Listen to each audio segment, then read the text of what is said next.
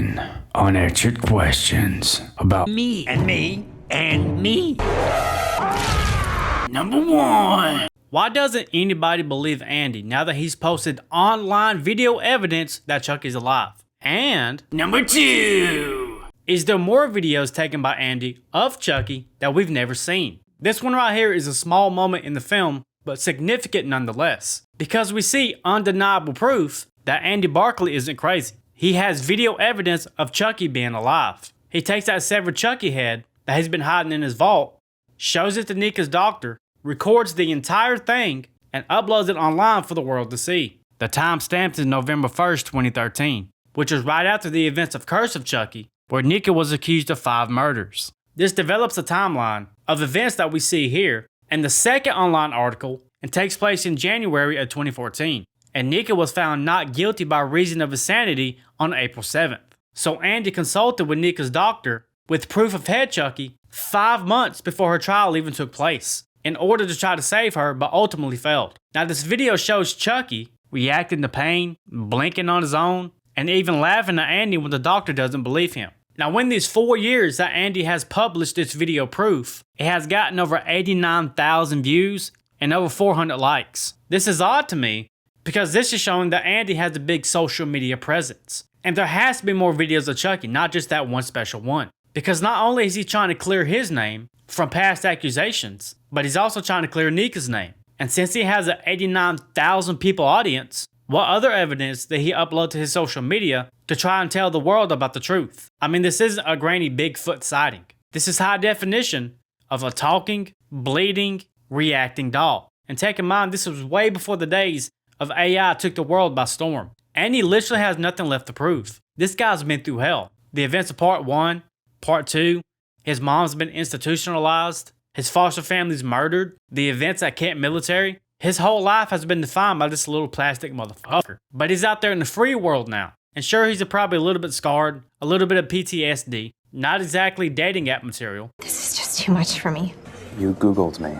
And let's not forget the timeline here. The Pierce murders from Curse of Chucky was only 4 years ago. It's not like this is ancient history. Yet somehow, some way, everybody in this film treats Chucky as an urban legend, like something that happened a long time ago, from the 80s, like it's an old campfire story. I'll talk more about this in my number 10. I'm gonna beat all your asses! Because there's undeniable proof and evidence that Chucky is alive. That somehow, some way, everybody just overlooks. And it pisses me off. But let's not get too far ahead. Let's move on to the next. Number 3. Why did Melted Hand Chucky send himself to South Carolina? This is jumping ahead a little bit, but I don't plan on covering the TV series anytime soon, if at all. But in the Chucky TV series, Season 1, Episode 6, Melted Hand Chucky makes a surprise appearance at a random residence somewhere in Charleston, South Carolina. But for what reason? It's never explained. They just throw him from Rhode Island to Charleston, which is over 1,000 miles away, halfway across the country vertically,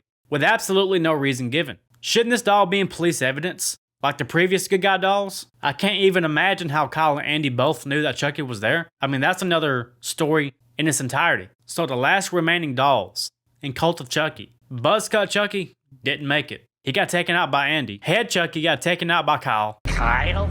Andy sent me. We're gonna have some fun. Thanks for taking care of that.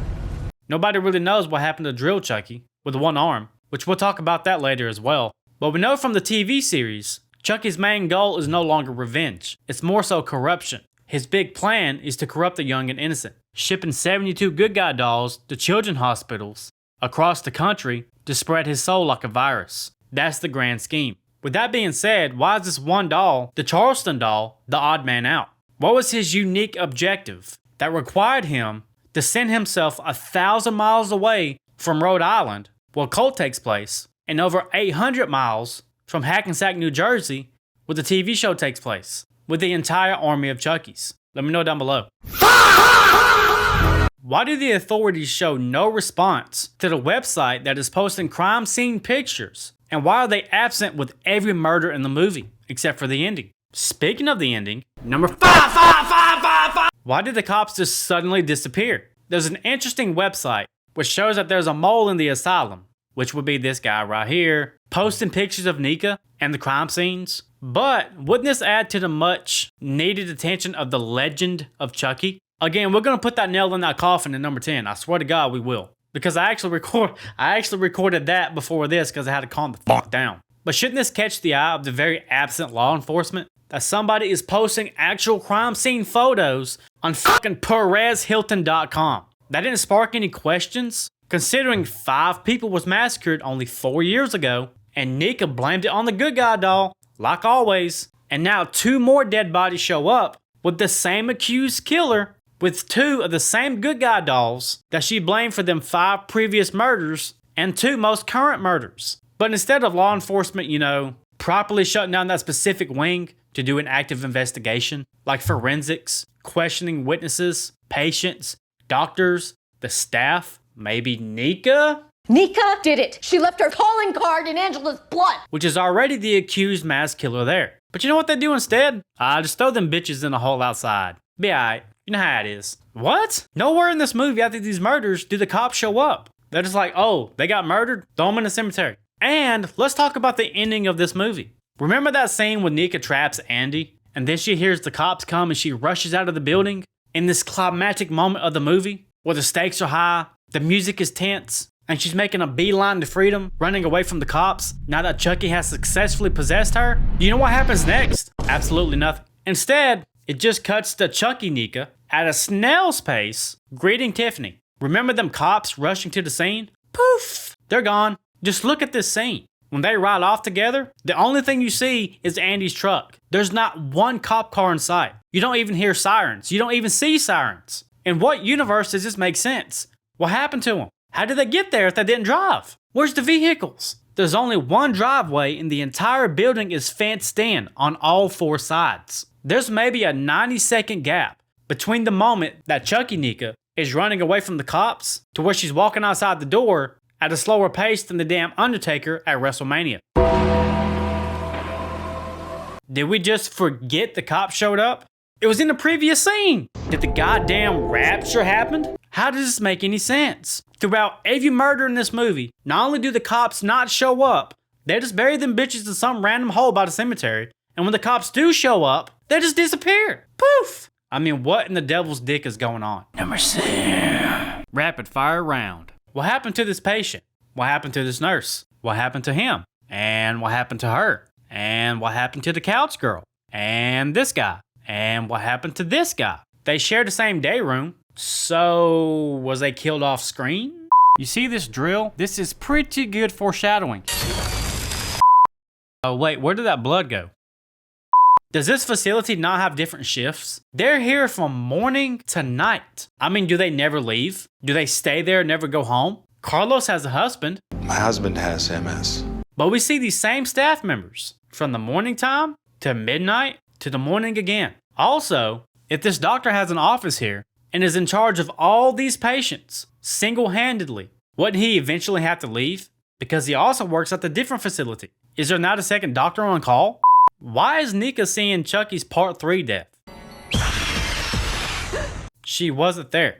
Smoke weed every day. I don't even smoke. Why was Andy so willing to kill Nika after he spent all these years trying to save her? This is a short one. I'll play the clip. You kill me, you kill her. Excuse me, Andy, what are you doing?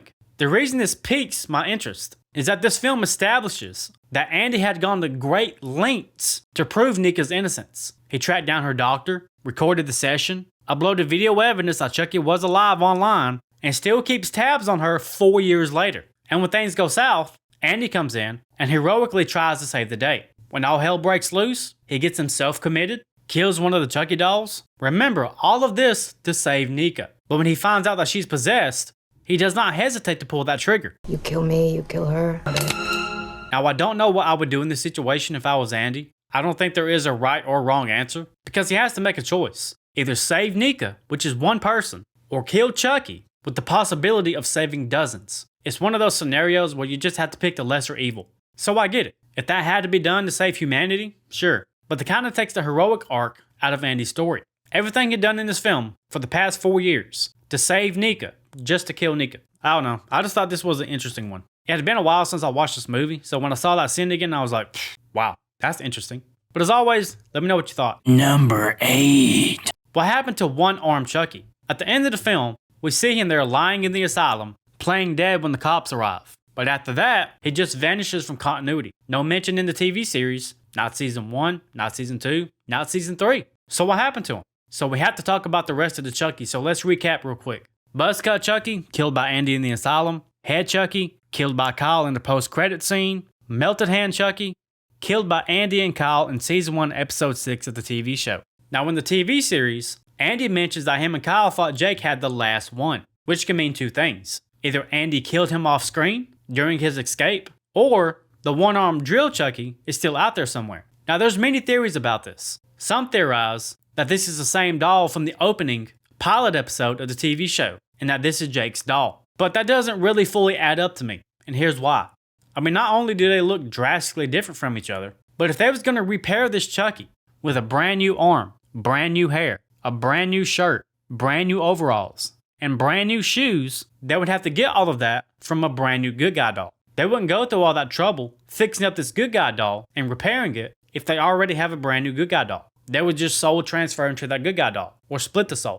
And plus, in the ending, is driving away, they don't bring any dolls with them. And they wouldn't go back to the asylum when police is en route. So it personally doesn't make sense to me that this is the same doll. Possibility number 2, others speculate that he actually transferred his soul into Melted Hand Chucky. But we have to decide whether Chucky transferred his soul into Melted Fingers or split his soul into the Melted Fingers doll. Because there would be two totally different outcomes. If he transferred his soul into that doll, case closed. That doll's probably somewhere out there in police evidence, forever dormant. But if he split his soul, well, that changes things. Because now we're back to square one. And we have no idea what happened to this doll that is very much alive. I guess what sparked this question is that when Melted Finger Chucky possessed Nika, he collapses. He goes limp dick. So which one of these possibilities is it? Number 9. What happened to Head Chucky's body? Now I wasn't going to talk about this, but my wonderful people in the Discord made a valid point. So this is credit to them. And feel free to join the Discord if you want to view that entire conversation. But long story short, in this film we learn that Andy has kept Head Chucky in the vault for 4 years, before Kyle comes in and takes care of him. But in order for that head to be alive, the heart still has to be intact. So where's the body? If the heart was destroyed, this head wouldn't be functioning. Now most of Chucky's continuity is a mess anyway, but I find this one stays true for the most part. Because sure, you can incapacitate Chucky to the point where he's completely dormant and rendered useless. Prime example is Child's Play 3 when he's in that factory. And there's also a few examples from the TV show. But if the heart is intact, the head is still alive. So where's the body now? Surely Andy knows this fine detail about having to destroy the heart, because he was front and center in the original movie when his mother and Mike Norris first defeated Chucky. And this very important note is what sealed their victory. The heart! Shoot him in the heart! And from what we know now, Andy has moved from that small apartment in the city to a secluded cabin out in the middle of nowhere for privacy. So since the time between the end of Curse and the end of Cult, where is Chucky's body that has the heart intact that is keeping this head alive? 10. You fucking with me? How do people still not believe in Chucky when there is 100% concrete proof of his existence? What always bothered me about the events directly after Cult, which is the TV show, is that they keep treating Chucky like an urban legend. Like some ghost story that happened a lifetime ago. Like there isn't mass killings every couple of years with good guy dolls found at every single one of them. But let's cut the bullshit, let's talk about the evidence. I don't discuss many things about continuity in this franchise because it's a lost cause. But this evidence I'm about to talk about was the entire plot point of one of the previous films. And that's DNA evidence from Bride of Chucky. In that film, Chucky's fingerprints and DNA was found at the crime scene. That was the whole reason they had to rush to Hackensack, New Jersey to get the ambulance because his body was exhumed to make sure that he was actually dead. Fingerprints discovered have been identified as Charles Lee Ray.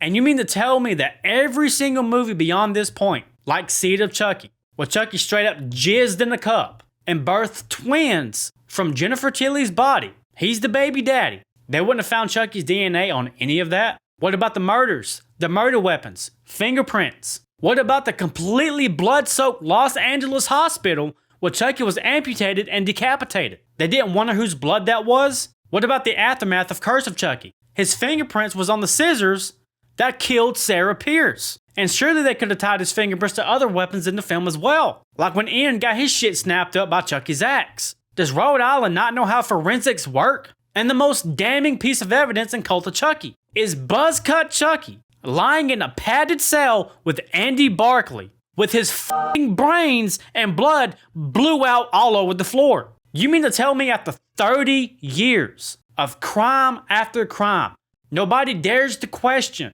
that every time a mass killing takes place and the good guy doll is found and taken into police evidence, and now there is video evidence from not only the nanny cam of Curse of Chucky that captured Chucky's every calculated move, talking, moving, murdering, but on top of all that, in this film, in Cult of Chucky, you have somebody uploading crime scene photos to fucking PerezHilton.com saying Chucky did it. Uploading pictures of Nika with Chucky dolls. Andy Barkley has uploaded videos on his social media proving Chucky is alive. But every time police arrive, there is a good guy doll that should be made of plastic and stuffing, but instead, all you see is fucking brain matter and blood spewed out everywhere. Stab wounds, amputations, bullet to the head, disembowelment. Knowing the law enforcement finds this a little bit strange, no one's gonna test whose blood this is? This same exact blood that matches the other blood at every single crime scene that has been proven to belong to Charles Lee Ray, time and time again.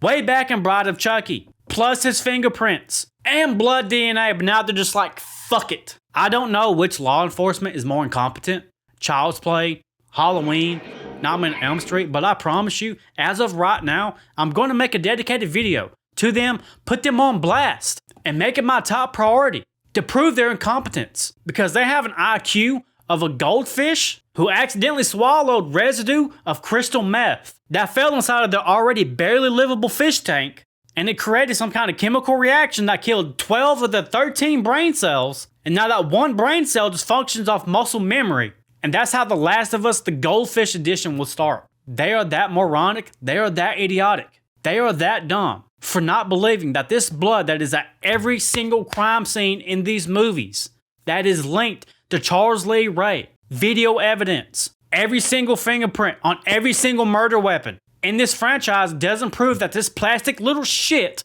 is responsible for the people they are sworn to protect. How many times are the police going to ignore the fact that every one of these good guy dolls in every one of these movies are just fucking bleeding with brain matter, fucking disembowelment, fucking intestine, probably shit their pants and everything? All you have to do is run a forensic test. You've already done it. Case closed. Blood DNA, fingerprint evidence, nanny cam evidence. I'm signing off here. I'm going to go cook me the largest steak I can find in this state of Florida, and I'm going to drink as many brews as my body can physically take to decompress from the amount of anger, the stupidity these cops have given me. I will see you in the 2019 reboot. Join the Discord, it's free. Join the YouTube membership. You get early access to every single video I put out, and you get extra benefits. I am leaving. Goodbye. Adios. Also, this nurse is kind of hot. Not that that matters. Bye.